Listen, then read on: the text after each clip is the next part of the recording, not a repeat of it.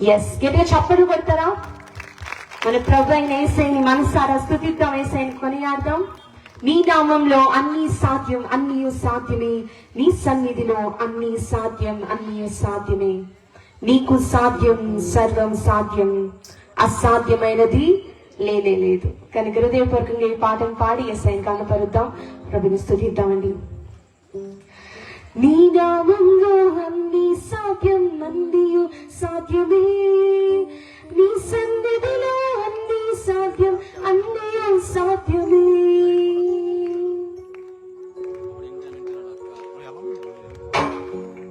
చప్పట్లు కొడుతూ మన యేసయ్యకి అసాధ్యమైనది ఏమీ లేదు కనుక ఆయన నమ్మిన మనకు కూడా సమస్తము సాధ్యపరిచే దేవుడు. ఎట్లు చప్పట్లు కొడుతూ ప్రభుని స్తుతిద్దాం.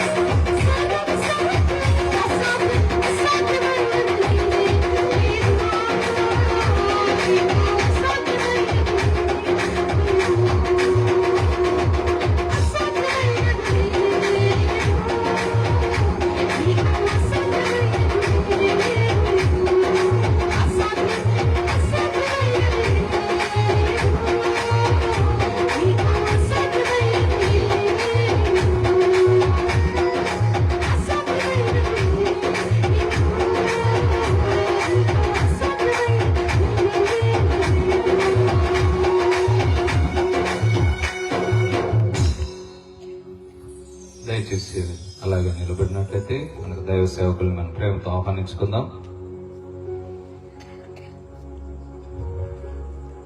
మనకు విజయవాడలో SSA మినిస్ట్రీ వ్యవస్థాపకులు, అలాగే NCTS బైబిల్ కాలేజీ ఇండియాకి ప్రెసిడెంట్ గా, అమెరికాలో వైస్ ప్రెసిడెంట్ గా పనిచేస్తున్న మన దైవ సేవకులు bishop doctor why Rajendra Kumaraiah గారు మన మధ్య ఉన్నారు. అలాగే అనేకమైన సేవా కార్యక్రమాలు దైవ సేవకులు చేస్తున్నారు. మనకి అనాథ పిల్లలకు చక్కగా చదివించి వారికి మంచి దైవ భక్తులు పెంచుతూ, అలాగే విధవరాలకు సహాయం చేస్తూ, కుష్టి వ్యాధి కలిగిన వారికి, ఎయిడ్స్ వ్యాధి కలిగిన వారికి చక్కగా పరిచర్య జరిగిస్తూ, అనేక మంది దైవ సేవకులను కూడా ఇప్పటి వరకు బైబిల్ కాలేజీలో దగ్గరగా 1000 మందికి పైగా తర్ఫీదిచ్చి అనేకమైన రాష్ట్రాల్లో చక్కగా దైవుని సేవ చేస్తూ, మంచి దైవ భక్తులను సత్యమైన వాక్యాన్ని బోధిస్తూ అనేకమైన ప్రాంతాల్లో, దేశ విదేశాల్లో బలంగా వాడబడుతున్న దైవ సేవకులు మన మధ్య ఉన్నారు.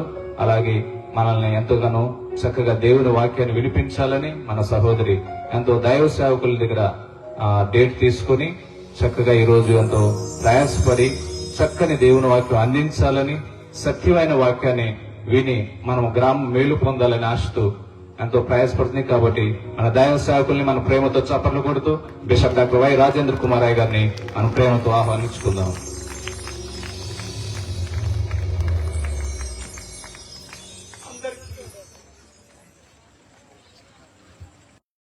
చెక్కాలం అందరికీ వందనాలు. చెక్కాలం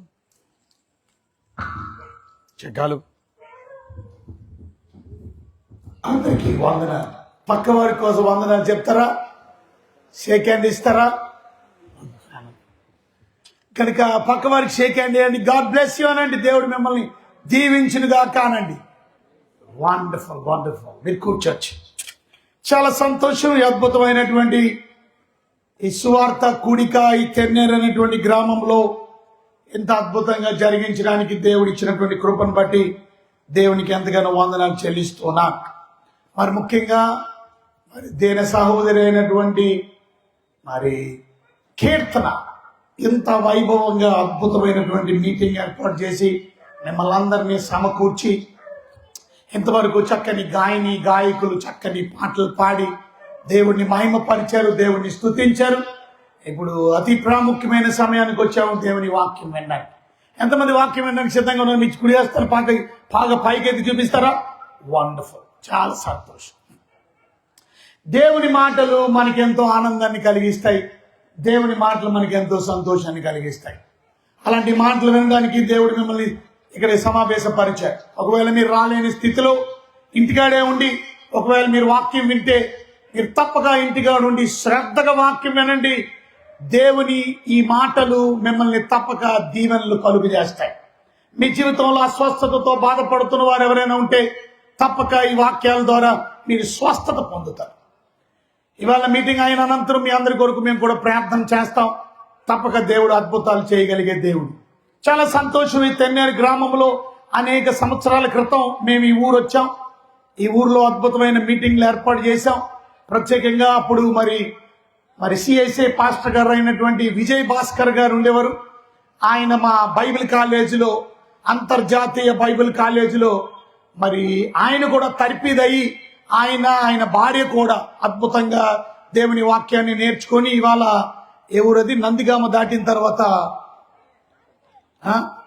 కొనకంచి గ్రామంలో ఆయన సేవ చేస్తున్నారు. ఇప్పుడు CSIలో డీనరీ చైర్మన్ కూడా అయ్యారని విన్నాను. చాలా సంతోషం. మొన్న ఫోన్ చేశారు, వారి కుటుంబం గురించి ప్రార్థన చేయించుకున్నారు. చాలా సంతోషం. ఆ దినాల్లో ఈ ఊరికి అమెరికా నుంచి కూడా దొరలు వచ్చారు ఇక్కడ వాక్యం చెప్పడానికి. కనుక 4 దొరలు ఈ ఊరు వచ్చి ఆ దినాల్లో దగ్గర 2017 సంవత్సరం 2017 ఇవాళ దగ్గర 9 సంవత్సరాలు అయిపోయింది.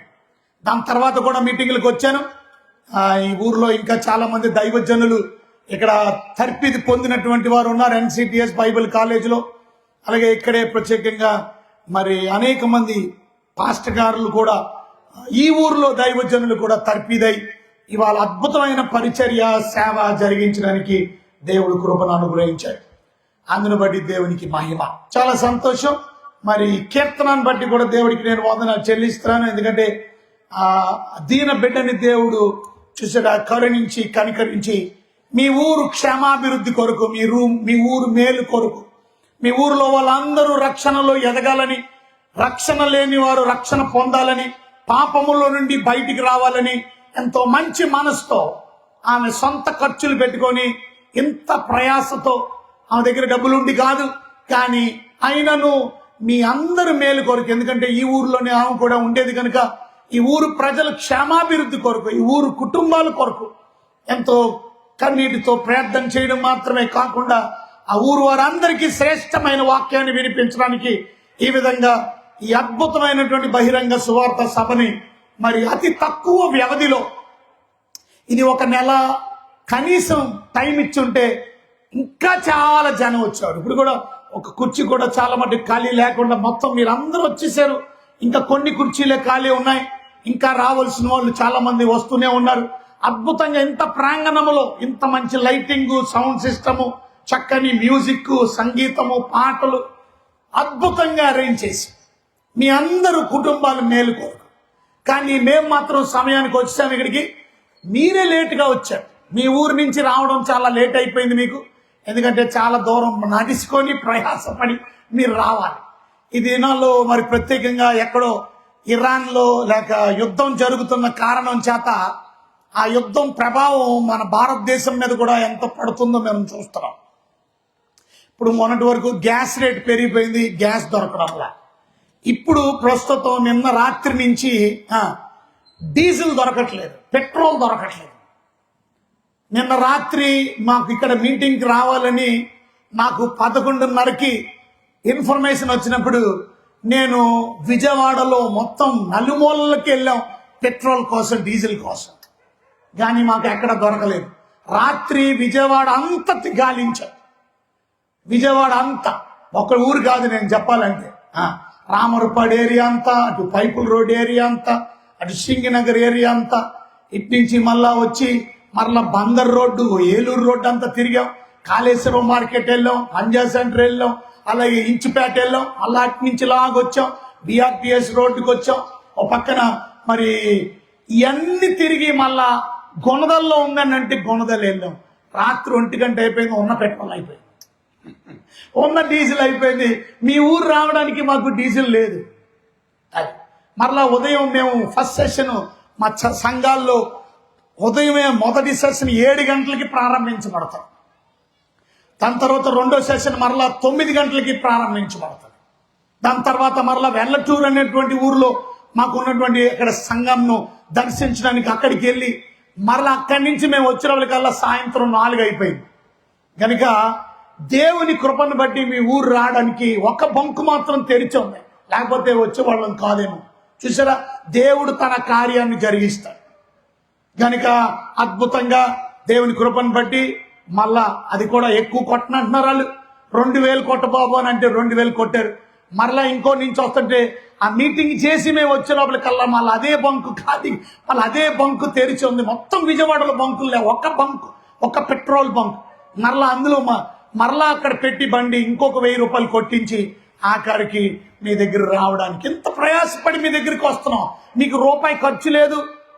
ఊర్లో నుంచి ఇక్కడికి రావడానికి, దేవుడి మాటలు వినడానికి, దేవుడి పాటలు పాడడానికి, దేవుడిని గణపరచడానికి, దేవుడి సన్నిధికి వచ్చి దేవుడిచ్చే దీవెని తీసుకువెళ్ళడానికి మనం ఎంతో నిర్లక్ష్యం చేస్తాం, అశ్రద్ధ చేస్తాం. బైబిల్ చెప్తుంది దేవుని కార్యాలు ఎప్పుడు అశ్రద్ధ చేయకూడదు. దేవుని కార్యాలు అశ్రద్ధగా చేయవాడు, బైబిల్ చెప్తుంది, దీవించబడతాడని రాసలేదు. దేవుని కార్యాలు అశ్రద్ధగా చేయవాడు శాపగ్రస్తుడు అని బైబిల్ సెలవిస్తుంది. దేవుని బిడ్డలైనటువంటి మనం శాపాన్ని అనుభవించకూడదు, ఆశీర్వాదాన్ని అనుభవించాలి. ఈ రోజున వర్తమానం అదే. మనం శాపము నుండి ఆశీర్వాదంలోకి ఎలా మలచబడతాం, మీ కుటుంబంలో ఉన్న శాపంలో నుంచి ఆశీర్వాదంలోకి మీరు ఎలా రావాలి, చీకట్లో నుంచి వెలుగులోకి ఎలా రావాలి, అంధకార సంబంధమైనటువంటి దురాత్మ సమూహములతో బంధించబడి అంధకార అధికారములో ఉన్నవారు వారి నుంచి విడుదల పొంది దేవుని అధికారంలోకి దేవుని బిడ్డ అవడం ఎలాగా? శ్రద్ధగా మీరు వింటే మీరందరూ కూడా ఆ విధమైనటువంటి ప్రతి బానిసత్వం నుండి, ఆ పాపం నుండి బయటకు వస్తారు.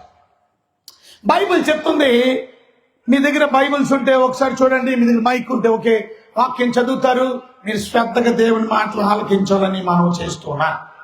ఇవాళ చీకట్లో నుంచి వెలుగులోకి మనం ఎలాగొస్తాం, శాపకరమైనటువంటి పరిస్థితుల్లో నుంచి ఆశీర్వాదకరమైన పరిస్థితుల్లోకి మీరు నేను ఎలా మరలించబడతామో మీకు ఈ సూత్రాలు చెప్తాను. బైబిల్లో నుంచి శ్రద్ధగా మీరు ఆలకించాలని మనం చేస్తున్నాం. దేవుని దగ్గరికి రాకముందు మన జీవితం ఎలా ఉంది అనే దాని గురించి మనం చూసినట్లయితే రోమిలికి రాసిన పత్రిక 3వ అధ్యాయంలో 23వ వచనం మనం చదువుకున్నట్లయితే, రోమిలికి రాసిన పత్రిక 3వ అధ్యాయము 23వ వచనం. చూసారా, ఏ భేదం లేదు, అందరూ పాపం చేసి అది దేవుడు అనుగ్రహించే మహిమను ఇవాళ దేవుడు మన కొరకు సిద్ధపరిచినటువంటి ఆ మహిమను మనం పొందలేకపోవడానికి గల కారణం, దేవుడు మన కొరకు సిద్ధపరిచిన ఆశీర్వాదాలు పొందకపోవడానికి గల కారణం, దేవుడు మన కొరకు సిద్ధపరిచినటువంటి ఆ పరలోక రాజ్యాన్ని సంపాదించుకోకపోవడానికి గల కారణం, దేవుడు మనం నిరంతరం నిరంతరం నిరంతరం చావు అనేది లేకుండా బ్రతకాలని కోరుకున్న ఆ దేవుడు ఎందుకు మనం ఆ ఆశీర్వాదాలు పొందలేకపోతున్నాం? పాపం. పాపం పాపం చాలా భయంకరమైంది. ఇవాళ మనం అందరం పాపం చేసామని బైబిల్ చెప్తుంది. అందరూ అంటే తెన్నేరులో ఉన్నవారందరూ, తెన్నేరులో ఉన్నవారందరూ పాపులే, విజయవాడలో ఉన్నవారందరూ పాపులే, ఆంధ్ర రాష్ట్రంలో ఉన్నవారందరూ పాపులే, మన పక్కనున్న తెలంగాణ రాష్ట్రంలో ఉన్నవారందరూ పాపులే. కేవలం ఆంధ్ర తెలంగాణనే, భారతదేశంలో ఉన్న వారందరూ పాపులే. ఏ భేదం లేదు, భారతదేశం ఒకటేనా, మన పక్కన ఉన్న పాకిస్తాన్ లో ఉన్న వారందరూ పాపులే, చైనాలో ఉన్న వాళ్ళందరూ పాపులే, అమెరికాలో అందరూ క్రైస్తవులు అనుకుంటాం, కానీ అమెరికా దేశం కూడా పాపులే. ఏ భేదం లేదు, అందరూ పాపులే. అందరూ పాపం చేశాం, అందరూ పాపమును యొక్క శాపాన్ని అనుభవిస్తున్నాం. ఈ పాపం అనేది ఎలాగొచ్చింది? బైబిల్ చెప్తుంది, రోమిలికి రాసిన పత్రికలో 5వ అధ్యాయం 12వ వచనంలో అక్కడ రాయబడిన మాట మనం చదువుకుంటే, ఒక్క మనుషుని పాపం ఇట్లుండగా కీర్తన ఆ బండి అక్కడ ఆపేసిన వెళ్ళరా, ఇంకా పని చేస్తావా? వచ్చి ఇటు కూర్చో, స్టేజ్ మీదకి వచ్చి కూర్చో, త్వరగా రావాలి. ఇట్లుండగా ఒక మనుషుని ద్వారా, ఒక మనుషుడు, హమ్మింగ్ లేకుండా చూడండి, అంటే ఎక్కువ లేకుండా, ఐ డోంట్ నీడ్ ఎక్కువ, ఓకే, బేస్ పెట్టండి కొంచెం, దాని తర్వాత మచ్చండి. ఇట్లుండగా ఒక మనుషుని ద్వారా, ఒక మనుషుని ద్వారా పాపము ద్వారా చూసారా, ఒక మనుషుని ద్వారా పాపం భూమి మీదకి ఎంటర్ అయిపోయింది. ఆ మనుషుడి పేరే ఆదాం. ఒకని అవిధేయత వలన, అదే అధ్యాయం 5వ అధ్యాయం 19వ వచనం మనం చదివితే, ఏలయనగా ఒక మనుషుని అవిధేయత వల్ల, చూసారా, ఒక్కడు అవిధేయత చేశాడు, ఒక్కడు మాటల్లా, అతని పేరు ఆదాం. ఒకని అవిధేయత వలన అనేకులు పాపులుగా, అది అనేకులైనటువంటి మనము పాపులుగా ఎలాగో చేయబడిరు, అది పాపులుగా అందరూ చేయబడ్డాం ఒక మనుషుడి అవిధేయత వల్ల. సో పాపం అనేది లోకంలోకి ఎలా ప్రవేశించిందో మీకు అర్థమైందా? ఒక మనుషుడు చేసిన పాపం. గమనించారో లేదో, 2019వ సంవత్సరం భారతదేశంలో భయంకరమైనటువంటి, ప్రపంచమంతా భయంకరమైనటువంటి జబ్బు ఒకటి వచ్చింది. గుర్తుందా మీకు? ఏం జబ్బు అది? ఇంట్లో మీరు కరోనా. కొంచెం అంత మెల్లిగా చెప్తున్నారండి, గట్టిగా చెప్పండి, భయం వేస్తుందా మళ్ళీ వస్తుందని. కరోనా అనేది భారతదేశానికి వచ్చింది 2020 మార్చి నెలలో వచ్చింది. మార్చి నెల 27వ తారీఖున మొట్టమొదటిగా భారతదేశంలోకి కరోనా ప్రవేశించింది. కానీ ఆ దినం ఇలాంటి పబ్లిక్ మీటింగ్ నేను మాట్లాడుతున్నాను గుడివాడలో.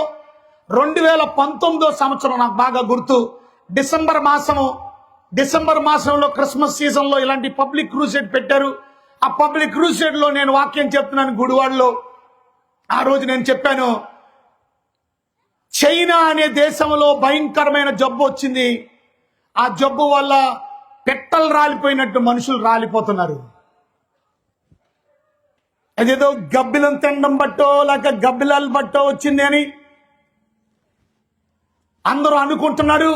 కానీ ఒకవేళ ఈ జబ్బు, ఈ రోగం భారతదేశం వస్తే మన పరిస్థితి ఏంటి? అప్పటికి భారతదేశంలో ఈ జబ్బు రాలా.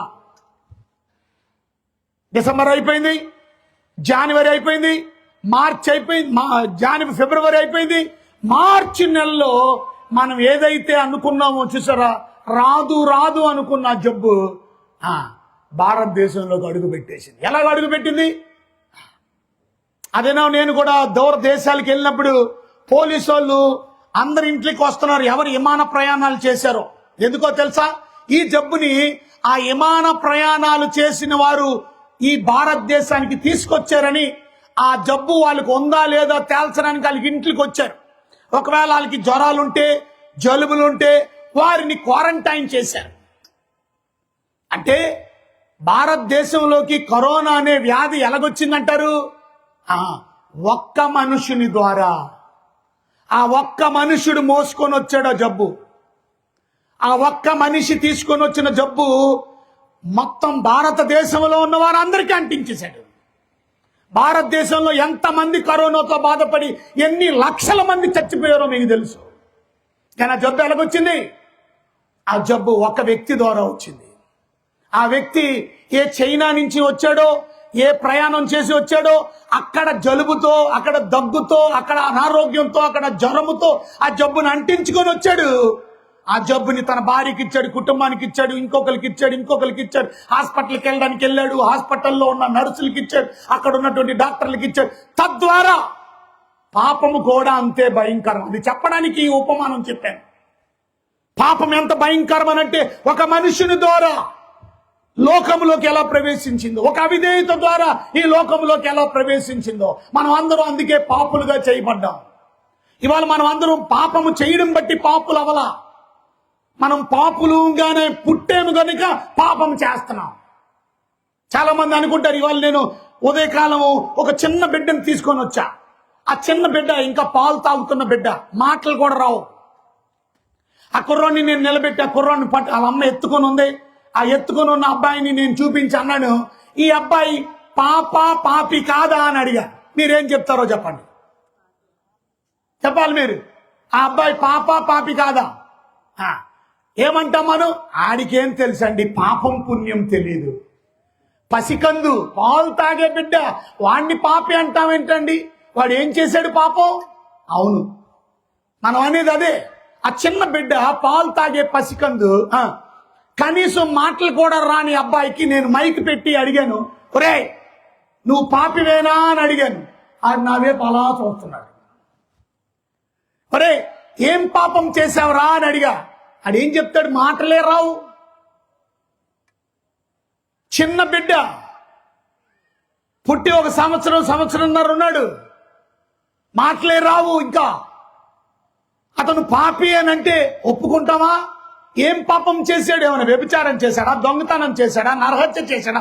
అబద్ధం ఏమైనా ఆడాడా? ఎందుకు మరి పాపి అని అనొచ్చా? బైబిల్ చదవండి, కీర్తనల గ్రంథం 51 అధ్యాయము 5వ వచనం. కీర్తనల గ్రంథం 51:5 త్వరగా చూడండి. అక్కడ రాసున్న మాట మనం చదువుకోండి. నేను పాపములో పుట్టినవాడను. చూసారా, అది మనం పాపములో పుట్టినటువంటి వారం. అంటే మన పుట్టికలోనే పాపం ఉంది. ఆ పసిబిడ్డను ఇప్పుడు పాపా కాదా అని అడిగితే 100కి 100% పాపే. అతను పుట్టికతోనే పాపి. అతను ఏ పాపం చేయకపోవచ్చు, కానీ అతని జన్మమే పాపపు జన్మం. మనం పుట్టికతోనే పాపులంగా జన్మించాం. ఇంగ్లీష్ లో వీఆర్ బార్న్ సిన్నర్స్. చాలా మంది నేను బార్న్ క్రిస్టియన్స్ అంటారు. No one is a born Christian. నువ్వు ఆ పాస్టర్ కుటుంబంలో పుట్టినప్పటికీ కూడా నువ్వు బార్న్ క్రిస్టియన్ కాదు, నువ్వు బార్న్ సిన్నర్. పుట్టుకతో పాపలో మనం.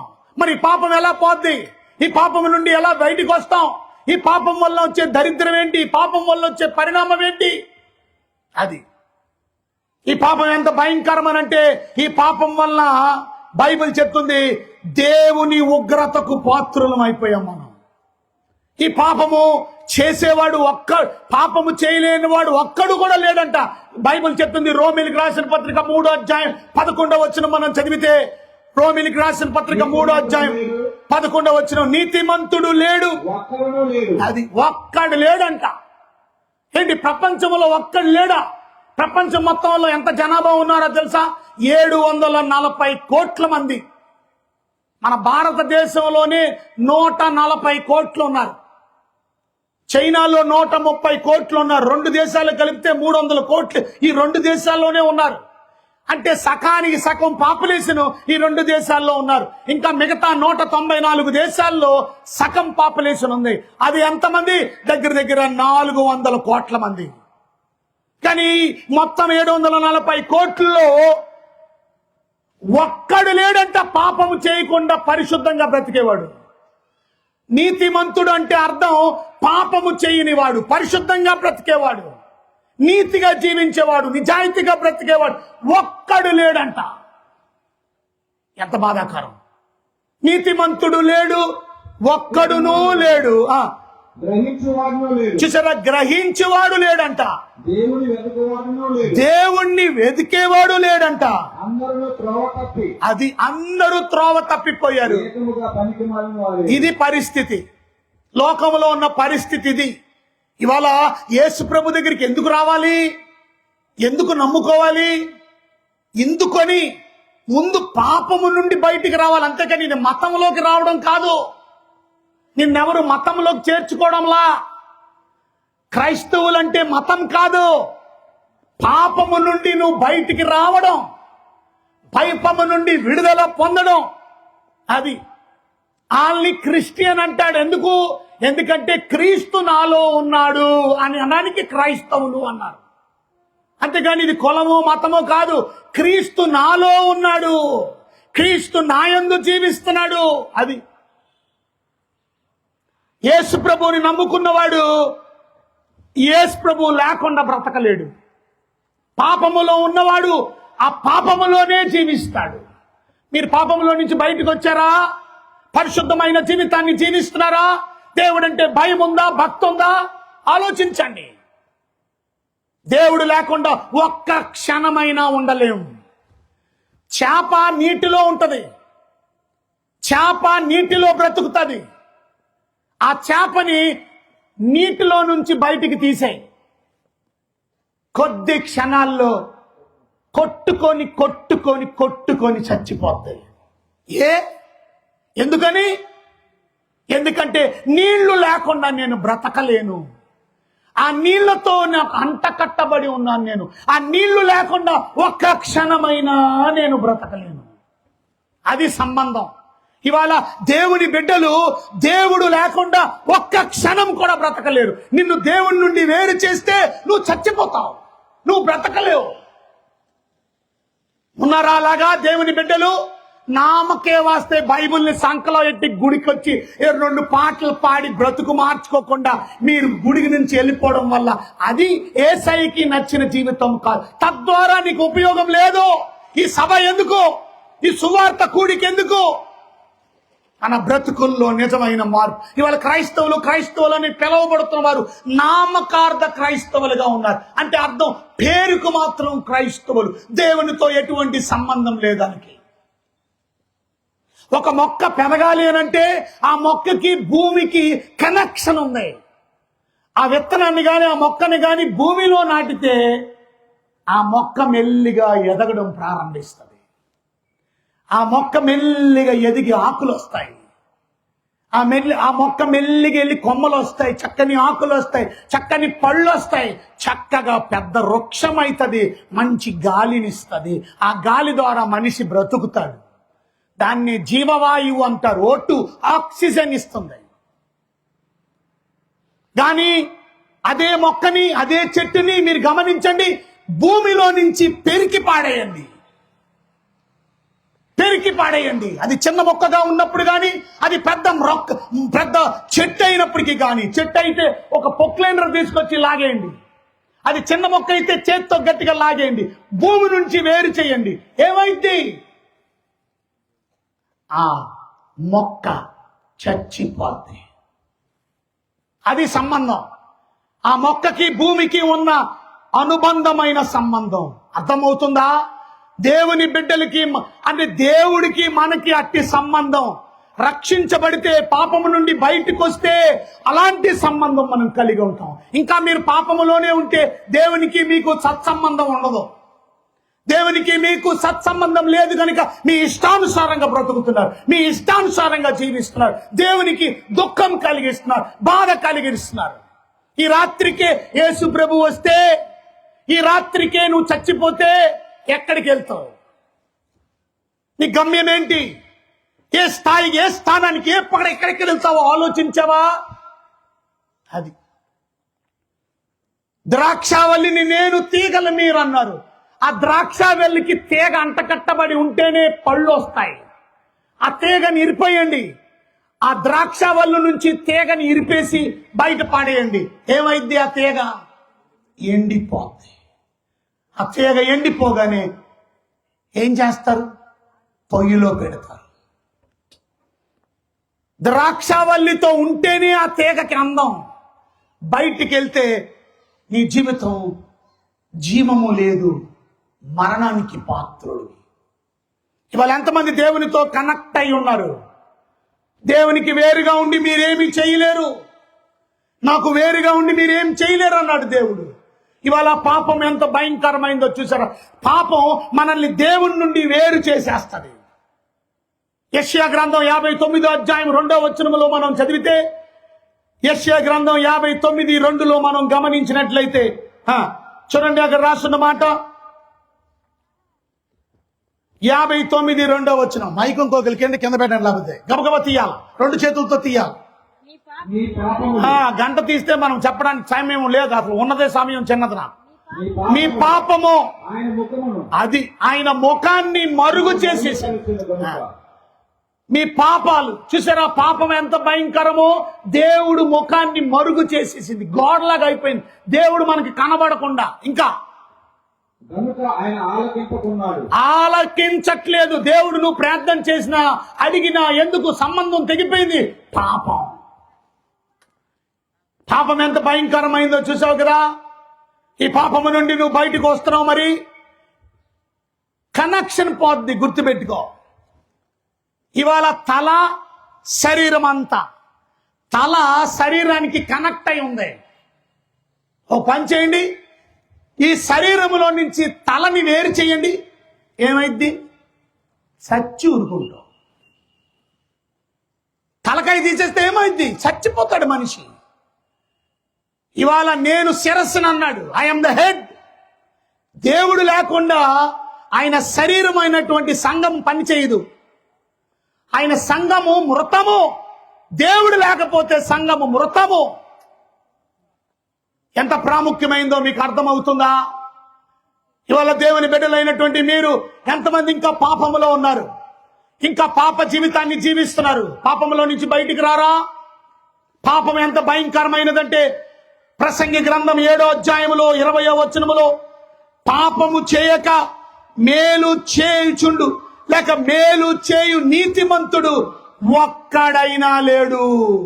ఎంత బాధాకరమైన విషయం. ప్రసంగి గ్రంథంలో 7వ అధ్యాయం 20వ వచనములో, పాపము చేయక చూసారా? పాపము చేయకుండా మేలు చేయు నీతిమంతుడు చేయుచుండు.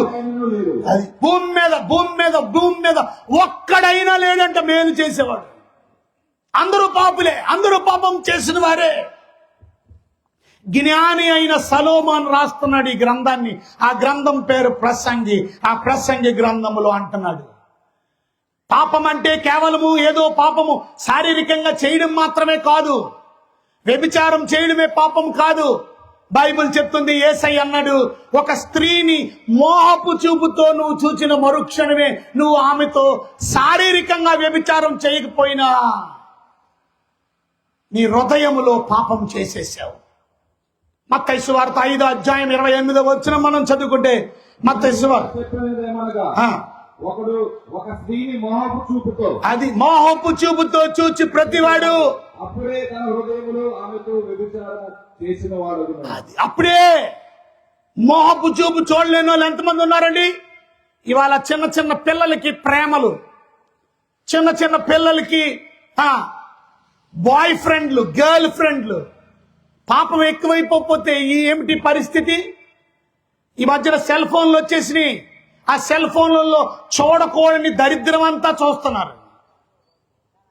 రహస్యముగా ఇంట్లో కూర్చొని పాపపు కార్యాలు చేస్తున్నారు, నగ్న చిత్రాలు చూస్తున్నారు. పాపం పెరిగిపోలేదు, బూతులు చూస్తున్నారు, బూతు బొమ్మలు చూస్తున్నారు. పాపం కాదా? దేవుడికి నీకు సంబంధం ఉందా? కనుక తద్వారా పాపం వల్ల ఏమైందో తెలుసా మీకు? మనమందరూ చచ్చిపోతాం. పాపము వలన వచ్చు జీతము మరణము. గుర్తుపెట్టుకోండి. అది పర్లేదులే, పాపములో నేను చలామణి అవుతానంటే ఆ పాపం వల్ల మనం చచ్చిపోతాం. రోమిలికి రాసిన పత్రిక 6వ అధ్యాయం 23వ వచనం మనం చదివితే, రోమిలికి రాసిన పత్రిక 6:23, అది పాపము వలన వచ్చు జీతము మరణము. గుర్తెట్టుకో. మరణాలు ఎన్ని రకాలో తెలుసా? ఇవాళ మరణాలు 3 రకాలు, మీరు గుర్తుపెట్టుకో. మొదటిది ఆత్మీయమైన మరణం, అనగా అర్థం దేవునితో మన సంబంధం తెగిపోవడం. తద్వారా ఏమైంది? మనం తప్పు చేశాం కాబట్టి దేవునికి మనకి కనెక్షన్ పోయింది. రెండోది శారీరకమైన మరణం, భౌతిక మరణం. మనల్ని ఒకరోజు మోసుకొని తీసుకెళ్లిపోతారు. నీకు ఎన్ని కోట్ల రూపాయల ఆస్తులున్నా, నీకు ఎన్ని బంగ్లాలున్నా, ఎన్ని ఎకరాల పొలాలున్నా, నీకు మాత్రం ఇచ్చేది కేవలము 5 అడుగులు భూమి మాత్రమే. ఆ 5 అడుగులు గొయ్య మాత్రమే. ఆ 5 అడుగుల గొయ్యలో నిన్ను కప్పెడతారు. నీకు కోట్ల ఆస్తులున్నా, నీకు ఎకరాల పొలాలున్నా, ఎకరం అంతా నన్ను కప్పెట్టండి అనలేవు. ఎకరం అంతా నీకోసం కప్పెట్టి వేస్ట్ చేయరు ఎవడు. నీకు ఇచ్చేది కేవలం 5 అడుగులు ఆ గొయ్య మాత్రమే. ఏం పట్టుకెళ్ళలేవు. ఒకరోజు నువ్వు చచ్చిపోతావు. ఎందుకండి చావు వచ్చింది? అదే పాపము వలన చావు వచ్చింది. ఒకరి మనిషి యొక్క అవిధేయత వలన మరణము లోకములోకి సంభవించింది. అదే 5వ అధ్యాయం రోమిలికి రాసిన పత్రిక 12వ వచనంలో చదువుతాం. చదవండి. రోమిలికి రాసిన పత్రిక 5వ అధ్యాయం 12వ వచనంలో మరణం అనేది శారీరకమైన మరణం ఎలాగొచ్చిందో అక్కడ రాస్తుంది. ఎలా వచ్చింది కాదు, రోమిల 5 ఇట్లుండగా ఒక మనుషుని ద్వారా పాపం ద్వారా మరణము ఈ లోకములోకి వచ్చింది. చూసారా? పాపం వల్ల మరణం వచ్చింది. మరణం ఈ లోకములోకి ఎందుకు వచ్చింది? ఇవాళ అందరికీ బాధ కలిగించే విషయం ఏంటది? మరణం భయంకరమైనటువంటి దుఃఖాన్ని తీసుకొని వస్తుంది. అలాగని మాంసం కొట్టుకు బయలుదేరాడు, ఎదురుగుండా లారీ వచ్చి కొట్టేసింది. అక్కడ శవమై పడి ఉన్నాడు వాళ్ళ అబ్బాయి. ఎంత బాధ, ఎంత దుఃఖం. మొన్న ఒక ఆయన లాయర్ గారు హైదరాబాద్ నుంచి వచ్చి మరలా హైదరాబాద్ బయలుదేరి వెళ్తున్నాడు. ఇక్కడే కాజా టోల్గేట్ దగ్గర చాలా పెద్ద ఖరీదైన కారు కొనుక్కున్నాడు. ఎదరి నుంచి గుద్దినా బెలూన్లు వస్తాయి, నాకు యాక్సిడెంట్ వచ్చినా ఏం అవ్వదు. వెనకాతల నుంచి ఎవరికైనా గుద్దినా నాకు యాక్సిడెంట్ అవ్వదు, ఎందుకంటే బెలూన్స్ వచ్చేస్తాయి. కానీ ఆ రోజు ఏమైంది? అంత ఖరీదైనటువంటి కోట్ల రూపాయల కారు కూడా అతన్ని రక్షించలేకపోయింది. ఆ ట్యాంకర్ పక్క నుంచి వచ్చి ఆ ట్యాంక్ అతని పైనుంచి పడింది. పైనుంచి ఓపెన్ అవ్వడానికి ఏ బెలూన్లు లేదు కనుక ఆ ట్యాంక్ పడిపోవడంతో అతను లోపల అణిగిపోయాడు. చావు ఎంత భయంకరమో చూసారా? మరణం ఎంత భయంకరమో చూసారా? మరణం అనేది ఎందుకు వస్తుంది? పాపం వల్ల మరణం వస్తుంది. మన జీవితంలో పాపము చేయడం వల్ల మరణం అనేది మనకి సంక్రమిస్తుంది. ఈరోజు దేవుని వాక్యాన్ని వినడానికి వచ్చినటువంటి మీరు పాపం ఎంత భయంకరమో అర్థం చేసుకోండి. మూడోది ఏంటో తెలుసా? నిత్య మరణం. అర్థమవుతుందా మీకు? మొదటి మరణం ఆధ్యాత్మికమైన మరణం. దేవుడికి మనకి సంబంధం ఉండదు. పాపములో ఉండేవాడు దేవుడికి ఆయనకి సంబంధం ఉండదు. అది ఆత్మీయమైన మరణం. రెండోది శారీరకమైన మరణం, భౌతిక మరణం. ఒకరోజు మనల్ని మోసుకొని తీసుకెళ్లిపోతారు. ఇంకంతకన్నా భయంకరమైంది ఇంకొకటి ఉంది. అది రెండో మరణం. అది రెండో మరణం. ఇంకొక మరణం ఉందా? ఉంది. ప్రకటన గ్రంథం 21వ అధ్యాయం 8వ వచనం మనం చదివితే, ప్రకటన గ్రంథం 21వ అధ్యాయం 8వ వచనం. పిరికి వారు అవిశ్వాసులను, చూసారు, అవిశ్వాసులు, అసహ్యులు, నరహంతకులు, వ్యభిచారులు, మాంత్రికులు, అబద్ధికులు అందరూ అగ్ని గంధకములతో చూసారా మండు గుండములో. అమ్మో ఎంత భయం! అగ్ని గంధకాలు, ఇది రెండవ మరణం. అగ్ని గంధకాలతో మండు గొండం ఇది రెండో మరణం. ఇదంతా ఎందుకు వచ్చిందండి? పాపం. ఆ పాపపు జాబితా రాశారు అక్కడ. పిరికోళ్ళు ఇవాళ దేవుని సన్నిధికి రావడానికి పిరికోళ్ళు, దేవుడిని నమ్ముకోవడానికి పిరికోళ్ళు, దేవునికి హృదయం ఇవ్వడానికి పిరికోళ్ళు. కోవిడ్లీ పీపుల్. దేవుడికి నమ్ముకోవడానికి ఎవ్వడికి నువ్వు భయపడవలసిన అక్కర్లే. అలా భయపడేవాడు నరకానికే పోతాడు. పిరికోళ్ళు అంటే వాళ్ళు. అవిశ్వాసులు అంటే అర్థం దేవుణ్ణి నమ్మని వారు, దేవుడిని విశ్వసించని వారు. అసహ్యులు అంటే అసహ్యమైన పనులు చేసేవారు. వ్యభిచారం అంటే వ్యభిచారం, భర్త ఉంటుండగా ఇంకొక ఆవిడతో, భార్య ఉంటుండగా ఇంకొక ఆవిడితో పడుకోవడం పాపం చేయడం కాదా? ఎక్కడికి వెళ్తారు అలాంటి వాళ్ళందరూ? అదే పాపం, అగ్ని గుండం. బయటికి రావాలని లేదా? పాపం వల్ల వచ్చే జీతం ఉందని మీకు తెలిసి అంత భయంకరమైన పాపము నుండి విడుదల పొందాలని ఇష్టం లేదా? నువ్వు పాపము నుండి, నాశనము నుండి విడుదల పొందాలంటే బైబిల్లో కీవర్డ్స్ ఉంది. యోహాను సువార్త 3వ అధ్యాయం 16వ వచనంలో ఏమని? దేవుడు లోకమును ఎంతో ప్రేమించను. కాగా తన అద్వితీయ కుమారుని యందు విశ్వాసం ఉంచువారు. చూసారా, ఎవరైతే ప్రభు అయిన యేసు క్రీస్తునందు విశ్వాసం ఉంచుతారో వాడు నశింపక నిత్య జీవం పొందువారు. నశనం అవడు. నరకం లేదు, మరణం లేదు. అబ్బా, గట్టిగా ఒకసారి చప్పట్లు కొడదామా? ఆహా, ఇంత మెల్లిగా, ఇంత సప్పగానా? ఒట్టు గట్టిగా చేయి నొప్పి పెట్టేలా, కొంచెం గట్టిగా, ఇక గట్టిగా. నిజంగా నరకం తప్పించబడిన వాడికి ఆ సంతోషం ఉంటే చప్పట్లు కొడతాడు. మనం అందులోకి వెళ్ళాలనుకున్నాడు ఎందుకు కొడతాడు? నువ్వు ఇంకా పాపంలో ఉంటే. చాలా మంది నిర్లక్ష్యంగా ఉన్నారు, అశ్రద్ధగా ఉన్నారు. బైబిల్ చెప్తుంది ఇంత గొప్ప రక్షణని నిర్లక్ష్యం చేస్తే, హెబ్రీయులకు రాసిన పత్రిక 2వ అధ్యాయం 4వ వచనం మనం చదివితే అక్కడ రాస్తుంది ఇంత గొప్ప రక్షణ. అమ్మా బాబు అయ్యా వింటున్నారా? ఈ వాక్యం అనే శబ్ద తరంగాలు మీ గుమ్మాలకి తాకుతుంటుండగా ఇంటికాడ కూర్చొని వాక్యం వింటున్నటువంటి మీరు ఆలోచించండి. దేవుడు మిమ్మల్ని ప్రేమించి ఇంత గొప్ప రక్షణ సిద్ధపరిచాడు. యేసుక్రీస్తుని మన కొరకు ఈ లోకానికి పంపించడం, ఆయన రక్షణ కార్యాన్ని మీకు ఇవ్వడానికి శిలువ మీద నీ కొరకు నా కొరకు బలి అయిపోయాడు. ఆయన శిలువ మరణం, ఆయన రక్తం చిందించడం వల్ల నన్ను పాపము నుండి విడిపిస్తున్నాడు.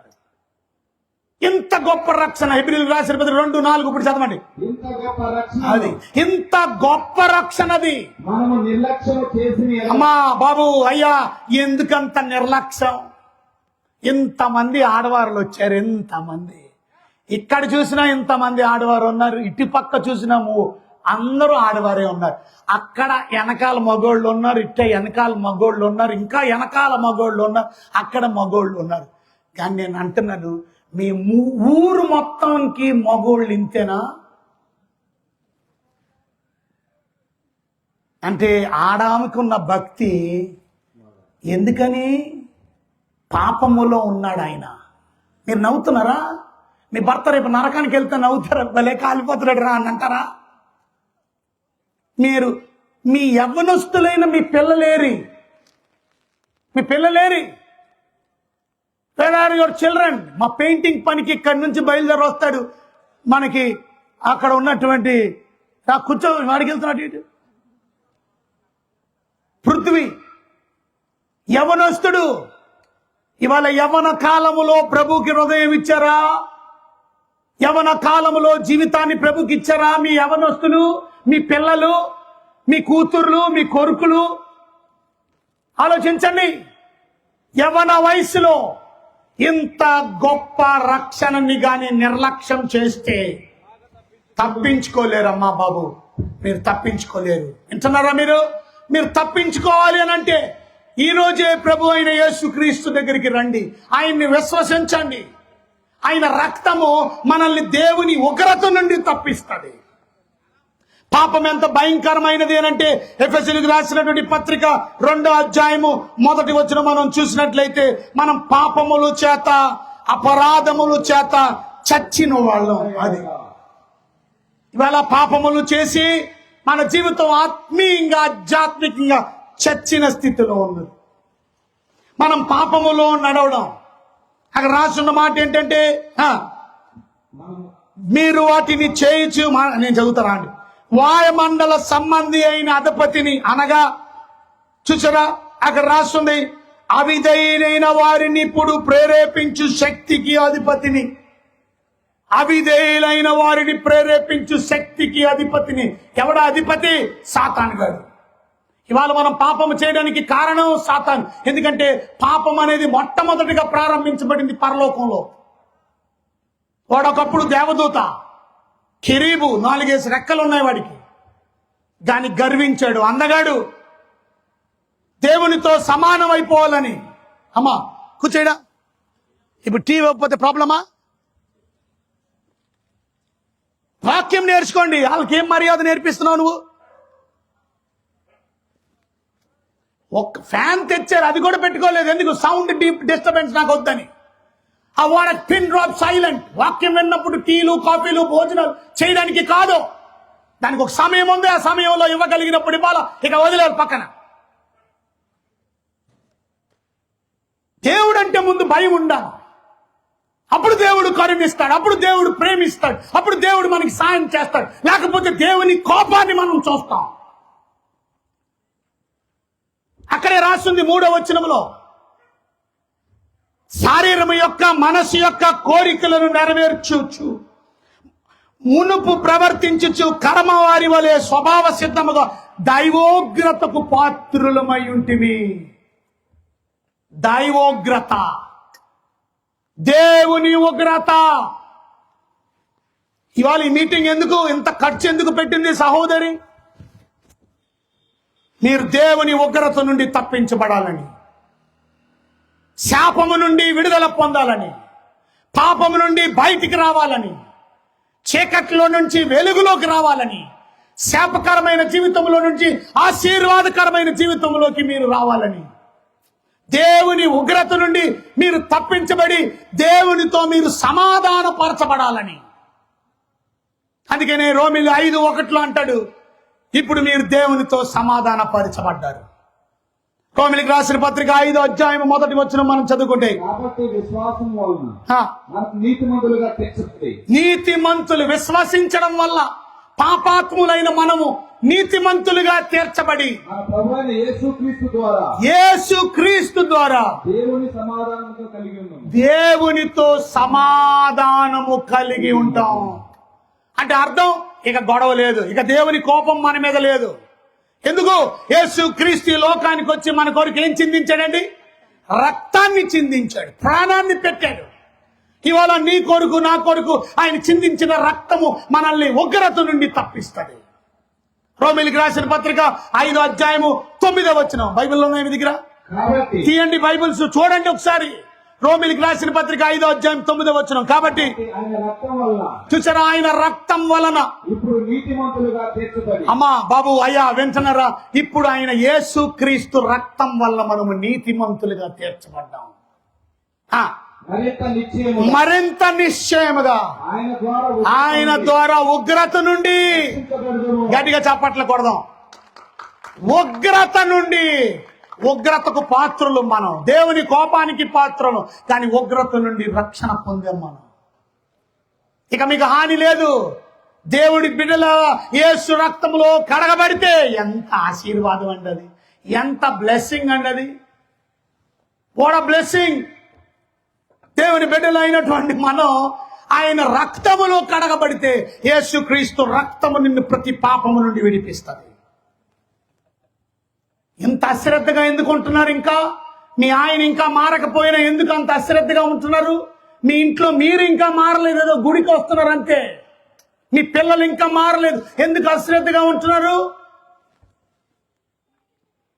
పాపం వలన వచ్చే పరిణామం చూసి కూడా ఇంకా అశ్రద్ధగా ఉంటారా?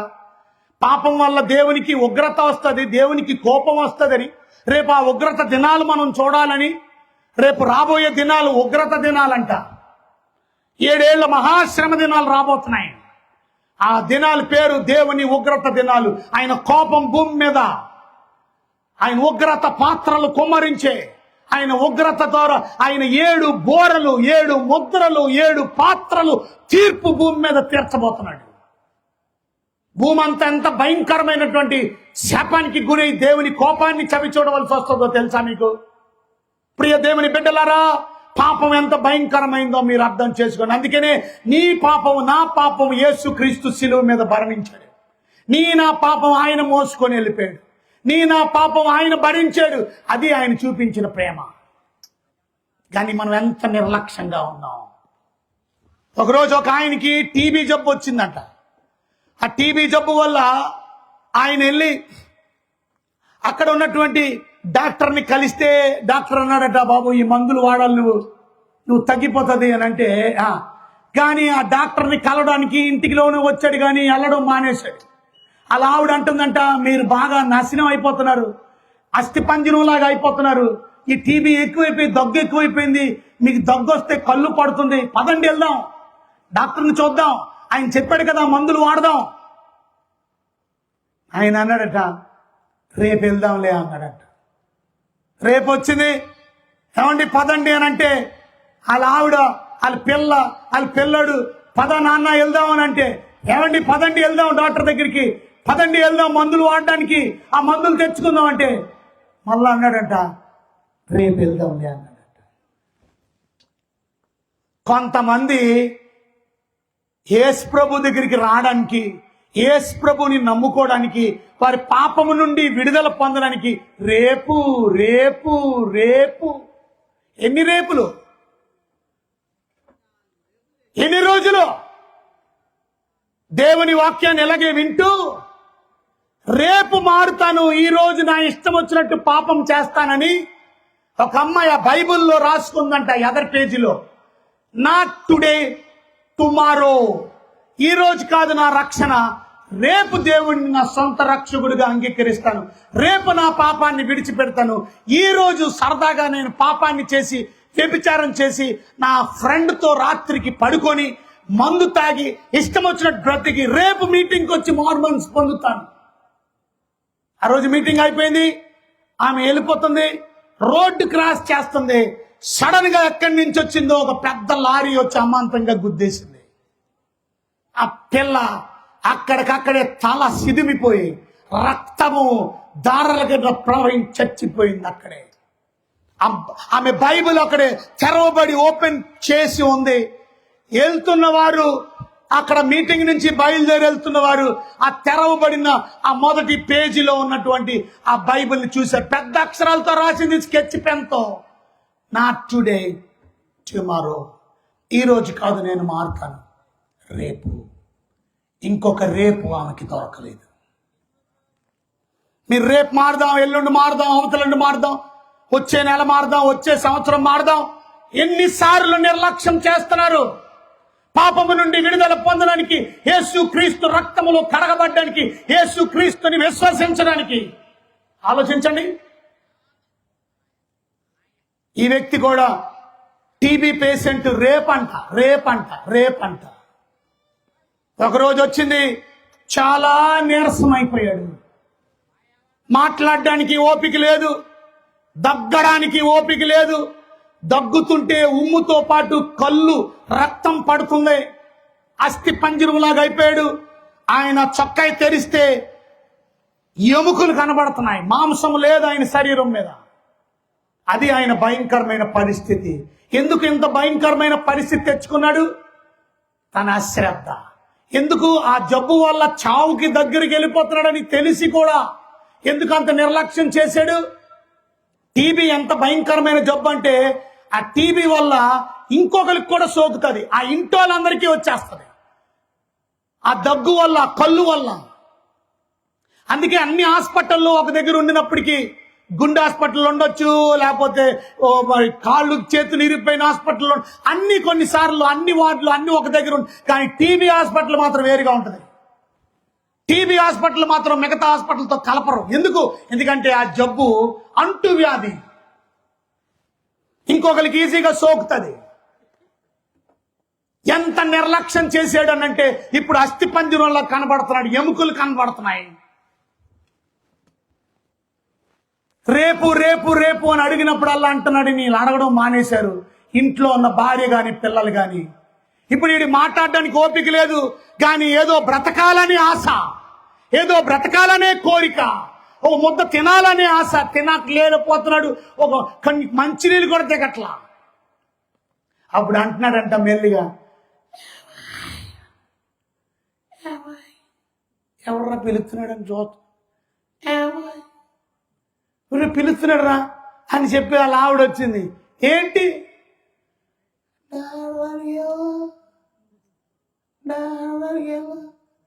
అర్థం అవట్లేదు, చెప్పు.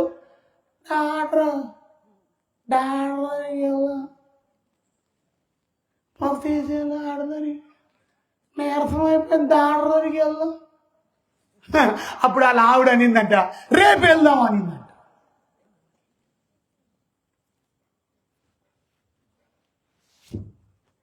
నేను పిలిచినప్పుడు రాలా, ఇవాళ సెలవు, ఆదివారం, డాక్టర్లు ఉండరు, రేపు వెళ్దాంలే.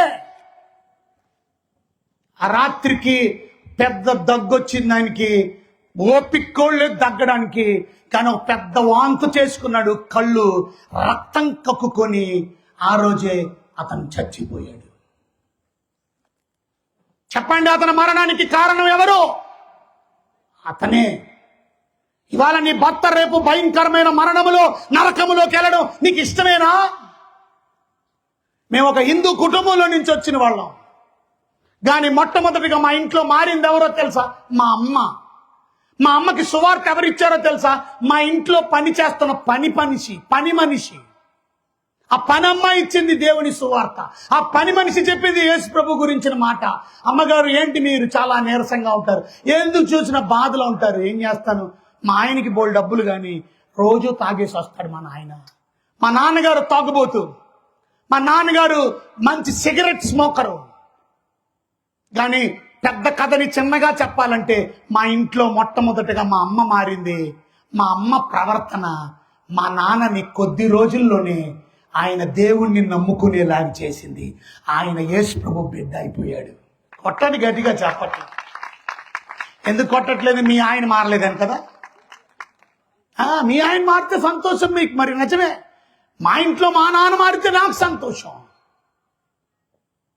ఆయన ఒక పెద్ద సేవకుడు అయిపోయాడు. తర్వాత ఆయన ఇలా ప్రార్థన చేస్తే రోగులు బాగుపడ్డారు, అనారోగ్యులు స్వస్థత పొందారు, దయ్యం పీడించబడుతున్న వారు విడుదల పొందారు. ఒకప్పుడు సిగరెట్ స్మోకర్, తాగుబోతు వ్యక్తి, తన భార్య ప్రార్థన, తన భార్య ప్రవర్తన, అది. ఉన్నారా అలాంటి భార్యలు ఇక్కడ? ప్రార్థనా పరులైన భార్యలు ఉన్నారా? నీ భర్త కొరకు కన్నీళ్లు ప్రార్థన చేసావా? నీ భర్తని ప్రేమించే భార్యలు ఇక్కడ ఉన్నారా? నీ భర్త నరకానికి వెళ్తే సంతోషమా నీకు? మొదటి పేతురు రాసిన పత్రిక 3వ అధ్యాయం 1వ వచనంలో ఆ మాట రాయబడి ఉంది. అటువలే స్త్రీలారా మీ స్వపురుషులకు లోబడి ఉండండి. వారిలో ఎవరైనా వాక్యమునకు అవిధేయులైతే వారు భయముతో కూడిన మీ పవిత్ర ప్రవర్తన వలన వాక్యము లేకుండానే వారిని రాబట్టవచ్చు. చదవండి గట్టిగా. అటువలే స్త్రీలారా మీరు మీ స్వపురుషులకు లోబడి ఉండండి, లోబడండి మీ సొంత పురుషులకి. అందువలన వారిలో ఎవరైనాను వాక్యమునకు అవిధేయులైతే, అది వాక్యానికి విధేయత చూపించలేని భర్తలుంటే వారు భయముతో కూడిన, అది భయముతో కూడిన మీ పవిత్ర ప్రవర్తన చూచి, అది మీ పవిత్రమైన ప్రవర్తన చూచి, వాక్యము లేకుండా, వాక్యం అక్కర్లేదు వాళ్ళకి, మీ పవిత్ర ప్రవర్తన వల్ల తమ భార్యల నడవడి వలన ఎక్కడికి రాబట్టవచ్చు? దేవుడి దగ్గరికి రాబట్టవచ్చు, పరలోకానికి రాబట్టవచ్చు, భక్తి మార్గంలోకి రాబట్టవచ్చు, పరిశుద్ధమైన మార్గంలో రాబట్టవచ్చు, రక్షణలోకి రాబట్టవచ్చు. అది ఆడుతున్నారా నీ పిల్లలు? 10 మంది పిల్లలు ఆడడానికి వెళ్ళారంట, ముంబై పట్టణం వెళ్ళారండి. ఇలాంటి కుగ్రామంలో నుంచి, ఏదో చిన్న గ్రామం, ఇలాంటి తెన్నేరు గ్రామంలో నుంచి ముంబై మహాపట్టణం, పెద్ద పట్టణం వెళ్ళారు ఫుట్బాల్ ఆడడానికి. ఆటలో గెలిచారు, కప్పు వచ్చేసింది. ఇప్పుడు రేపు ఉదయం ఇంటికి వచ్చేయాల. ఆ రాత్రి ఒక కుర్రోడు అన్నాడంట, ఈ ముంబై మహాపట్నంలో అందగత్తెలైన అమ్మాయిలు ఉంటారా, ఇవాళ అందగత్తెల అమ్మాయిలతో వ్యభిచారం చేయాలి, మనం పాపం చేయాలా? రాత్రికి మనం అక్కడికి వెళ్తున్నాం. కుర్రోళ్ళందరూ 16 మంది ఆటగాళ్ళందరూ, ఆ ఊరు వెళ్ళినటువంటి వారందరూ కూడా నడుచుకొని వెళ్తున్నారు. రాత్రి 10 అయింది. రాత్రి ఒక గోడ గడియారం ఉంది. ఆ గడియారం టంగ్ టంగ్ టంగ్ అని సౌండ్ వస్తుంది. ఒక గడియారాన్ని చూడగానే గోడ గడియారం ఒక కుర్రోడు అక్కడే నిలబడిపోయాడు. వెళ్ళడంలా వీళ్ళందరూ దాటి వెళ్ళిపోయారు. వెళ్ళిపోయిన వాళ్ళు మళ్ళీ వెనక్కి వచ్చారు. ఏరా రావా మాతోని, ఏంటి ఆ వాచ్ చూసి అలా ఉండిపోయావు? ఆడి కళ్ళమ్మడ నీళ్లు కనబడుతున్నాయి. ఏంట్రా ఏడుస్తున్నావు? గడియారాన్ని చూసి ఏడుస్తున్నావు ఏంట్రా? ఏమైంది? నేను రాను అన్నాడు. ఏమైందిరా? నేను ఇప్పుడు రాను, వెళ్ళిపోతున్నాను. నాకు రూమ్ తాళాలు ఇచ్చేయండి, హోటల్ రూమ్ తాళాలు ఇచ్చేయండి, ఇంటికి వెళ్ళిపోతున్నాను. మీరు వెళ్ళాలంటే వెళ్ళండి, మీ ఇష్టం. మీరు కూడా వచ్చేయండి అసలు నాతో. నేను రాను, మేము వెళ్ళిపోతామని తాళాలు ఇచ్చారు. వీడు వచ్చేసాడు, గదిలో ఉన్నాడు. ఉదయం వచ్చారు వాళ్ళు, రాత్రంతా పాపం చేశారు. 12 గంటలకి వాళ్ళకి ట్రైన్ ఉంది, ఇంటికి వచ్చేస్తున్నారు మళ్ళా వాళ్ళ గ్రామానికి. రైలు బండిలో అడిగారట, ఒరే ఎందుకురా ఏడ్చావు? మేము ఎంత ఆనందించామో తెలుసా అమ్మాయిలతో పడుకొని, భలే అందగత్తులైన అమ్మాయిలు రా, వాళ్ళతో భలే సరదాగా గడిపాంరా అని చెప్తూ ఉన్నారట. నువ్వెందుకు రాలేదురా అని అడిగితే ఆ కుర్రోడు చెప్పాడట, ఆ గడియారం చూశాను కదా. చూసావు? అవును కదా. ఆ గడియారం చూసి ఏడుస్తున్నావేంట్రా? ఆ గడియారం నాకు టైం చెప్పింది. అవును, గడియారం టైం చెప్పకపోతే ఏం చెప్తుంది? అప్పుడు టైం సరిగ్గా 10 అయింది. 10 గంటలకి మా అమ్మ, చాలా పేద కుటుంబం మాది ఒక నెట్టాడి ఇల్లు. ఆ నెట్టాడి బొంగుకి ఆ పాక వేసాం. మీ అందరూ బంగళాలు బిల్డింగుల్లో ఉంటారు, కానీ మాకు ఇల్లు లేదు ఉండడానికి. కానీ ఆ నెట్టాడి ఇంట్లోనే అన్ని చక్కబరుచుకొని అందరూ భోజనాలు అయిపోయిన తర్వాత మా అమ్మ ఆ నెట్టాడి దగ్గర ఒక చాప వేసుకొని ఆ చాప దగ్గర మోకరించి నా గురించి ఇప్పుడు మొదలు పెడుతుంది ప్రార్థన. నా కుటుంబం గురించి ప్రార్థన చేస్తుంది. మా అమ్మ నా గురించి ప్రార్థన చేసే సమయంలో నేను కరెక్ట్గా అదే 10 గంటలకి ఎక్కడికి పోతున్నాను? వ్యభిచారం చేయడానికి, వేశ్యలతో పడుకోవడానికి, జారత్వం చేయడానికి పరిగెడుతున్నాను. ఛీ, మా అమ్మ నా కొరకు ప్రార్థన చేస్తున్న సమయంలో నేను ఈ పాపకార్యం ఎలా చేయగలనని చెప్పి నాకు ఏడుపు వచ్చింది, బాధ కలిగింది. అందుకే వెనక్కి తిరిగి వచ్చేసాను. అయ్యా, ఆ ఆటగాళ్ళందరూ కప్పు అయితే గెలుచుకున్నారు, రివార్డ్ అయితే గెలుచుకున్నారు, బహుమానాలు అయితే గెలుచుకున్నారు, డబ్బు అయితే సంపాదించుకున్నారు. కానీ వాళ్ళందరికీ ఒక భయంకరమైన జబ్బు వచ్చింది, ఎయిడ్స్ జబ్బు వచ్చింది. ఆటగాళ్ళందరూ చచ్చిపోయారు. ఆ అమ్మాయిలతో పడుకున్న వాళ్ళందరూ, ఆ అమ్మాయిలు అందగత్తెలే, కానీ ఆ అమ్మాయిలందరికీ జబ్బు ఉంది. ఆ జబ్బుని అంటించుకొని వచ్చారు అల్లూరు. ఈ ఒక్క కుర్రోడు మాత్రమే బ్రతికున్నాడు. మిగతా వాళ్ళందరూ చచ్చిపోయారు. ఆ ఇంట్లో వాళ్ళందరూ రోదిచ్చి ఏడుస్తున్నారు. కుటుంబంలో ఆ తల్లి ప్రార్థన ఆ బిడ్డని రక్షించింది. అమ్మా, నీ బిడ్డ కొరకు ప్రార్థన చేసావా తల్లి? ఏయో ప్రార్థనలు కాదు, ముందు నీ కొడుకు కోసం, నీ కూతురు కోసం, నీ కోడల కోసం, నీ అల్లుడి కోసం, నీ భర్త కోసం, నీ భార్య కోసం, నీ ఫ్యామిలీ మెంబర్ల కోసం, నీ ఫ్యామిలీ కొరకు ప్రార్థన చేయి. కన్నీళ్లు కార్చు, రేయి మొదటి జామున లేచి పాపములో నుంచి బయటికి తీసుకురావారిని, నాశన కోపంలో నుంచి బయటికి తీసుకురావారిని నిత్య రాజ్యానికి వారసులుగా సిద్ధపరచు.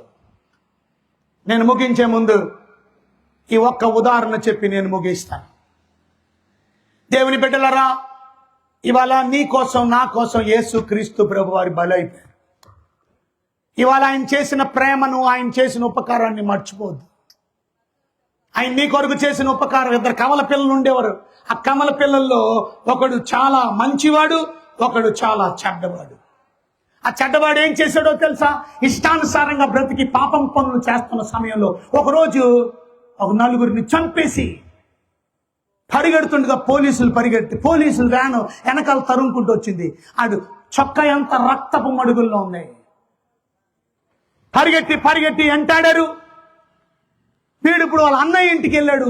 వాళ్ళ అన్నయ్య కూడా కమల పిల్లలంటే ఇద్దరు ఒకలాగే ఉంటారు, కానీ వాళ్ళ అన్నయ్య మంచివాడు. ప్రార్థన చేసుకుంటున్నాడు గదిలో.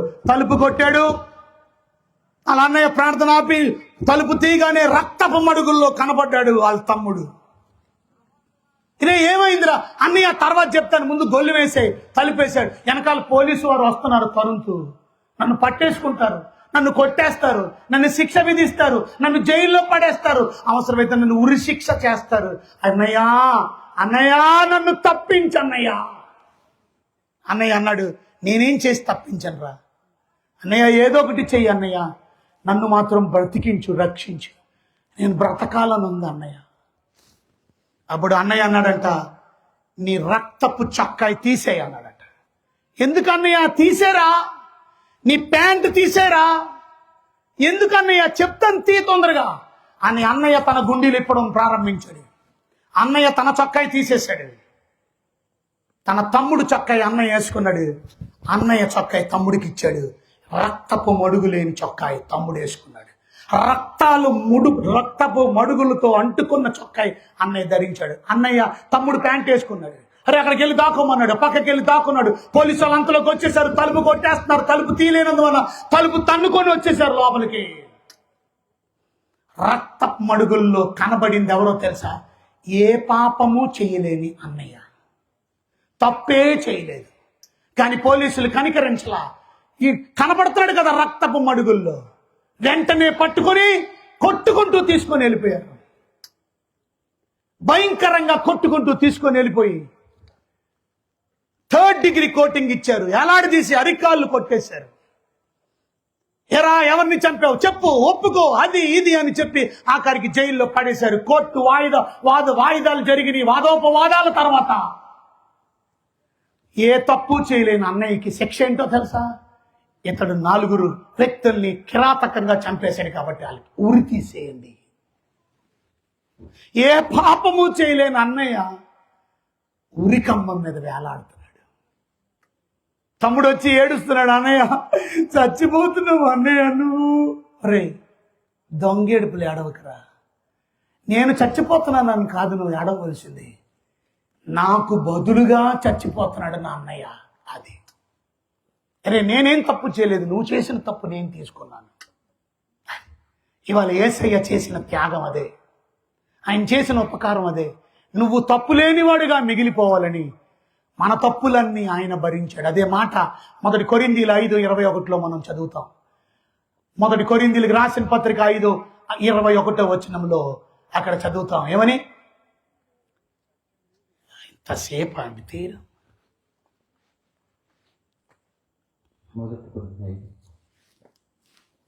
21 త్వరగా 5:21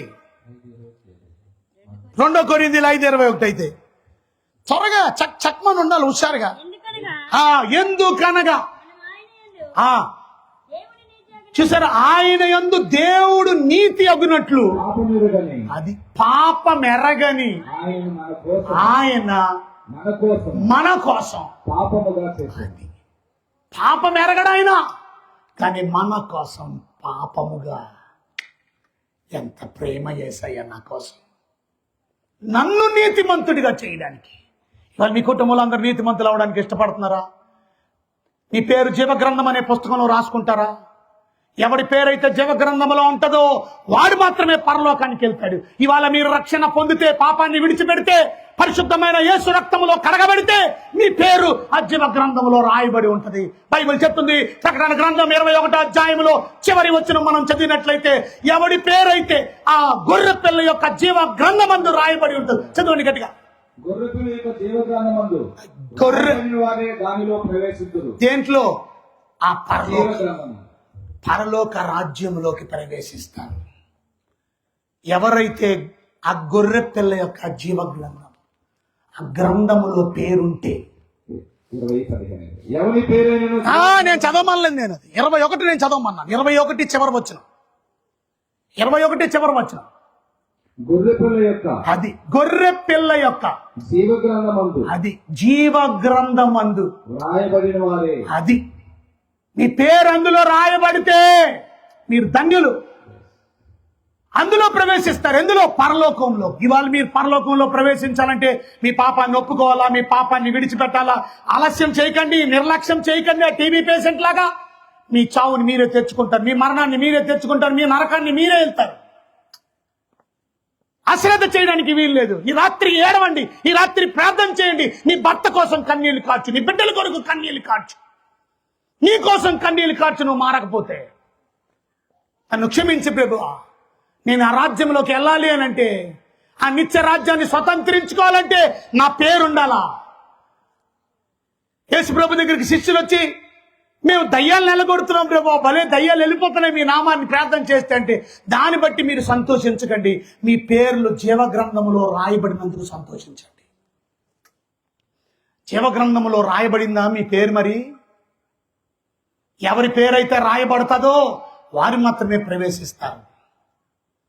ఈ పొలం నాది అంటే కుదరదు. ఈ పొలం నాది అని అంటే నీ పేరు రిజిస్టర్ ఆఫీసులో ఈ పొలం ఎవరిదో ఆ పేరు ఉంటుంది అక్కడ. ఈ ఇల్లు నాది, పొలం నాది అని చెప్పేస్తే కుదరదు. అది ఆ స్కూల్లో నేను చదువుతున్నానంటే కుదరదు. ఆ స్కూల్ రిజిస్టర్లో నీ పేరు ఉండాలి. ఆ ఆఫీసులో నేను పనిచేస్తాను, ఆ పెద్ద ఆఫీసులో అంటే కుదరదు. ఆ పెద్ద ఆఫీసులో నీ పేరు అక్కడ ఉండాలా. నీవు ఇక్కడ ఈ ఉద్యోగస్తుడివి, ఎంప్లాయర్వి. వాళ్ళమ్మా అయ్యా, ఒకవేళ కానీ మీ పేరు లేకపోతే ఇప్పుడు చదవండి ప్రకటన గ్రంథం 20వ అధ్యాయం 15వ వచనం. ఒకవేళ కానీ మీ పేరు లేకపోతే మీకు నరకం ఖాయం. మీకు అది ఎవడి పేరు మాత్రం జీవగ్రంథమందు రాయబడినట్టు, అది జీవగ్రంథమందు రాయబడినట్లు. అది ఇందాకేమో కనబడినోడు ప్రవేశిస్తాడు, ఇక్కడేమో కనబడని ఎడన వారు అగ్ని గుండములో పడవేయబడిన. మీకు ఏది కావాలో మీరే కోరుకోండి. పేరు పరలోకంలో ఉన్న జీవ గ్రంథములో రాయబడకపోతే నరకం తప్పదు, అగ్ని గొంధం తప్పదు. నీ పేరు రాయించుకోవాలంటే ఇవాళ ప్రభువా నేను పాపిని, నన్ను క్షమించేశాయా. నా కుటుంబంలో ఇంకా చాలా మంది పాపులు ఉన్నారు, చాలా నిర్లక్ష్యంగా ఉన్నాం, అశ్రద్ధంగా ఉన్నాం. పాపం వల్ల చావు చచ్చిపోతామని తెలుసు. ఆ టీబీ పేషెంట్ ఆ టీబీ వల్ల చచ్చిపోతాడని తెలుసు, చావు అంచుల్లో ఉన్నాడని తెలుసు, అయినా నిర్లక్ష్యం. ఇవాళ ఎంతో కాలం లేదు ఈ లోకం అంతమైపోవడానికి, ఎంతో కాలం లేదు యేసయ్య రాకడతో బహు సమీపంగా ఉంది. ఇంకా ఎంతకాలం నీ పాపములో ఉంటావు? ఎంతకాలం అవిధేయుడిగా బ్రతుకుతావు? ఎంతకాలం నీ పేరు ఇంకా జీవగ్రంథంలో రాయించుకోకుండా, యేసు రక్తములో కడగపడకుండా అవిశ్వాసిగా జీవిస్తావు? నీ ఇష్టం అది. నీ పేరు కానీ ఆ జీవగ్రంథంలో లేకపోతే అగ్ని గుండములో పడవేయబడతావు. నీ పేరు కానీ అక్కడ ఉంటే ఆ పరలోక రాజ్యములో ప్రవేశిస్తావు. లేచి నిలబడదాం, మన జీవితాన్ని తీర్మానంలోకి నడిపించుకుందాం. ఒకసారి ప్రార్థన చేసుకోండి. ప్రభువా నా పేరు ఈ రోజే ఆ గ్రంథంలో రాయండి నాయన. నేను ఒప్పుకుంటున్నాను, నా పాపాన్ని విడిచిపెడుతున్నాను, నన్ను క్షమించు తండ్రి. నా పాపాన్ని విడిచిపెడుతున్నాను ఈ రోజు. ప్రభు చెడ్డ పనులు చేస్తున్నాను, పాపిగా పుట్టాను గనుక పాపిగా జీవిస్తున్నాను. ఆ పాపాన్ని తీసివేయడానికి మీరు ఈ లోకానికి వచ్చారేసయ్యా. నా కొరకు రక్తం చిందించారు, ప్రాణం పెట్టారు. ఏ తప్పు చేయలేని అమాయకుడైనటువంటి పాపం ఎరగనటువంటి అన్నయ్య తమ్ముడు కోసం బలి అయిపోయాడు. ఆయన ఏ మర్డరు చేయలే, ఎవరిని చంపలా, కానీ తమ్ముడు చేసిన హత్యను ఆయన తీసుకొని తమ్ముడికి బదులుగా, యేసయ్యా మా పాపానికి బదులుగా మీరు మా కొరకు చనిపోయారయ్యా. మా పాపానికి బదులుగా మీరు మరణానికి, మీరు మా పాపానికి బదులు నరక యాతన అనుభవించారు. మమ్మల్ని పాప శిక్ష నుంచి విడిపించి ఆ మోక్ష భాగ్యాన్ని అనుగ్రహించడానికి thank you Lord, thank you Yesayya. మీరు ప్రార్థన చేసుకుంటే ఈ రోజు మీ పాపాన్ని కడిగివేసి, అమ్మా అయ్యా ఈ రోజు మీ పేరు జీవ గ్రంథంలో దేవుడు రాస్తాడు. మీరు పరలోకానికి అర్హులు. ఈ రాత్రికి మనం చచ్చిపోయినా పర్వాలేదు, ఈ రాత్రికి యేసయ్య వచ్చేసినా పర్వాలేదు. ప్రభు రాకడికి ఆ రాజ్యములో ఆయనతో పాటు ఆ మహిమ కలిగిన నూతన యెరూషలేములో నివసిస్తాం. ఒకవేళ మీ పేరు గాని ఆ జీవగ్రంథములో రాయబడినట్లు కనబడకపోతే పెద్ద ప్రమాదమే, అగ్ని గుండం ఉంది. అర్థం చేసుకోండి. మన మధ్యలో ఉన్న పాస్టర్ రత్నరాజు గారు మనల్ని ప్రార్థనలో నడిపిస్తారు. ప్రార్థన చేస్తున్నావు.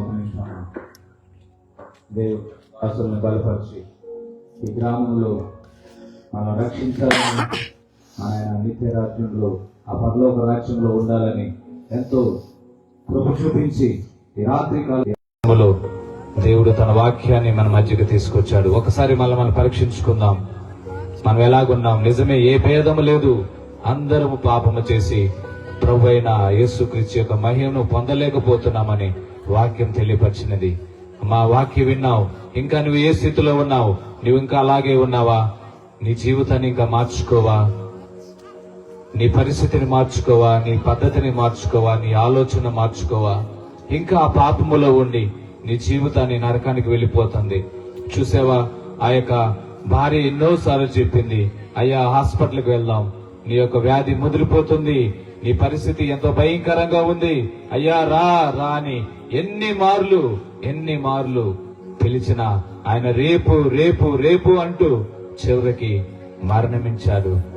ఓ తల్లి, తండ్రి, తమ్ముడా, ఒక్క నిమిషం ప్రార్థన చేసుకుందాం. పరిశుద్ధుడైన తండ్రి, ప్రేమ కలిగిన ప్రభువా, ఈ రాత్రి ఈ గ్రామాన్ని నువ్వు ప్రేమించి, నాయనా ఇదిగో కీర్తనను నువ్వు ప్రేమించి ప్రభా, ఈ రైతుగా నీ సువార్తని వినిపించాలని మీ దాసుల్ని ప్రభా ఏర్పాటు చేసుకుని ఇదిగో నాయనా ఈ రాత్రి ఏర్పాటు చేసిన ఈ వాక్యమును బట్టి, మీరు మా కొరకు సిద్ధపరిచిన ఈ ఆశీర్వాదమును బట్టి నీకు వందనాలు. నిజమే ప్రభా, మేము పాపము నుంచి విడిపించబడినప్పుడు మా పేరు జీవ గ్రంథములో ఉంటే ప్రభా ఎంత ఆశీర్వాదము. ఒకవేళ మా పేరు ఆ జీవ గ్రంథములో రాయబడకపోతే నైనా అగ్నిగుండంలో పడవేయబడతారని రాయబడింది కదా ప్రభువా. ఈ రాత్రి ఇగో ఈ వాక్యం విన్న ప్రతి ఒక్కరి జీవితాల్లో నీ కార్యాన్ని జరిగించండి. ఈ శబ్దయంత్రం ద్వారా ఉన్న ప్రజలందరినీ, ఇక్కడ కూడి ఉన్న వారందరినీ ప్రభువా, ఈ రాత్రి వారి జీవితాన్ని మార్చి ప్రభువా, ఇదిగో వారందరూ ప్రభు నిజమే మేము పాపములో ఉన్నాము, మా జీవితాన్ని మార్చుకోవాలి, లేకపోతే మాకు నిత్య నరకం ఉన్నది. ఇగో ఆ యొక్క నరకాన్ని తప్పించడానికి ప్రభువే ఈ లోకానికి వచ్చి మనందరి కొరకు రక్తం కార్చాడు.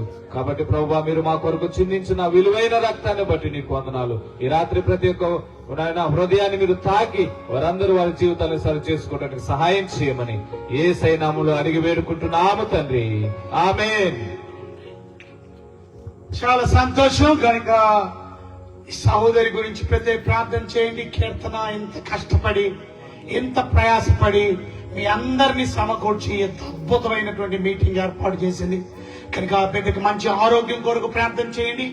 ఆమెకి నిజం చెప్పాలంటే ఆరోగ్యం సహకరించకపోయినప్పటికీ కూడా ఏదో ప్రభు కొరకు చేయాలనే తపన, ప్రభు కొరకు ఏదైనా చెయ్యాలా, కొంతమందినైనా రక్షణలో నడిపించాలా. కనుక దేవుని బిడ్డ కొరకు ప్రార్థన చేయండి. ఇంట్లో ఎన్నో స్ట్రగుల్స్ ఉన్నాయి, ఆర్థికంగా ఎన్నో సమస్యలు ఉన్నాయి, ఆరోగ్యపరంగా ఎన్నో సమస్యలు ఉన్నాయి. కానీ అవన్నీ లెక్క చేయకుండా ప్రభు పని కొరకు ముందుకెళ్తూ అనేక ఆత్మలు రక్షించబడాలా, అనేక మంది ప్రభు దగ్గరికి రావాలా, పాపము నుండి విడిపించబడి పరిశుద్ధమైన జీవితం కలిగి యేసయ్యతో సత్సంబంధం కలిగి పరలోకాన్ని సంపాదించుకోవాలని ఒక మంచి తృష్ణతో చేస్తున్న పని. ఎంతమందిని పిలిపించుకొని విశ్వాసులైన మిమ్మల్ని అందరినీ, అవిశ్వాసులైన వారిని, ఈ లోకంలో పాపములో ఉన్న వారిని, శాంతి లేని వారిని, చీకట్లో ఉన్న వారిని, శాపములో ఉన్న వారికి దీవెనలు ఇవ్వడానికి ఇప్పటి కొరకు ప్రత్యేక ప్రార్థన చేయండి. చిన్న ప్రార్థన మనం చేద్దాం. ఇప్పటి కొరకు ప్రత్యేక ప్రార్థన చేస్తాం. దేవుని బిడ్డని కనికరించి కృప చూపించండి. ఇంత ఘనమైన మీటింగ్ తన ఒంటి చేతుల మీద ఎంతో ప్రయాసపడి ఆమె కుర్చీలు వేసుకుంది, ఆమె బట్టలు వేసుకుంది. ఏదో ఒకరో ఇద్దరు కొంతమంది మాత్రమే.